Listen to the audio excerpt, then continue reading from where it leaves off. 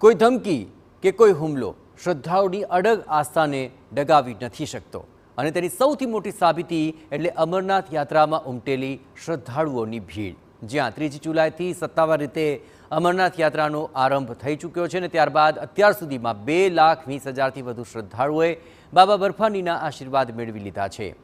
સોમવારના રોજ 20,448 જેટલા ભાવિકોએ બાબા બર્ફાનીના દર્શન કર્યા હતા અને આજે શ્રદ્ધાળુની 13મી ટુકડી દર્શનનો લાભ લેવા પહોંચી રહી છે।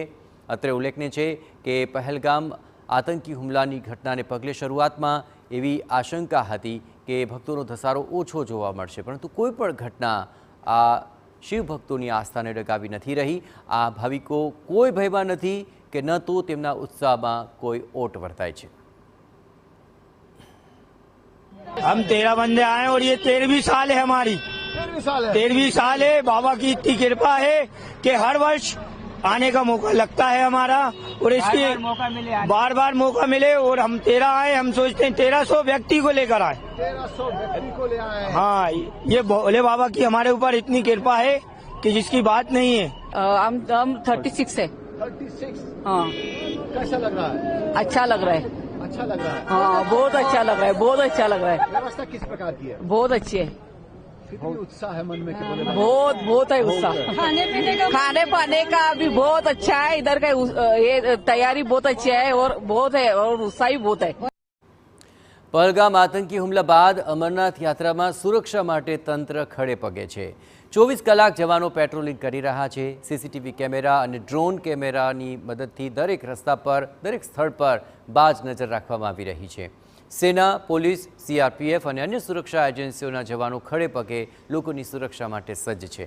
મેડિકલ કેમ્પ, વિશ્રામ ગૃહ, હેલિકોપ્ટર સેવા જેવી સુવિધાઓ પણ તીર્થયાત્રીઓને ઉપલબ્ધ કરાવાય છે। જેમ જેમ યાત્રા આગળ વધી રહી છે તેમ તેમ શ્રદ્ધાળુઓનો ઉત્સાહ પણ વધી રહ્યો છે।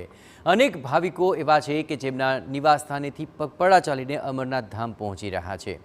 અહીં હરનામસિંહ નામના આ ભાવિક તમિલનાડુથી 7,000 કિલોમીટરની પગપાળા યાત્રા કરી 111 દિવસે બાબા બર્ફાનીના દર્શનાર્થે અમરનાથ ધામ પહોંચ્યા અને એ પણ કાવડ સાથે। मैं घर से अकेला चला था, लेकिन बाद में रास्ते में भाई मिले जम्मू में, भाई फिर मिलते चले गए यात्री, फिर सपोर्ट थोड़ा मिलता चला गया।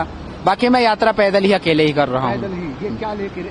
ये कांवड़ यात्रा होती है जम्मू में, आजकल कोई जानता नहीं है भोले बाबा पे। अब तो सावन का महीना लग गया, कांवड़ धड़ाधड़ उठती है। ये कांवड़ है जो महादेव पर, नंदी महाराज पर हम अभिषेक करेंगे।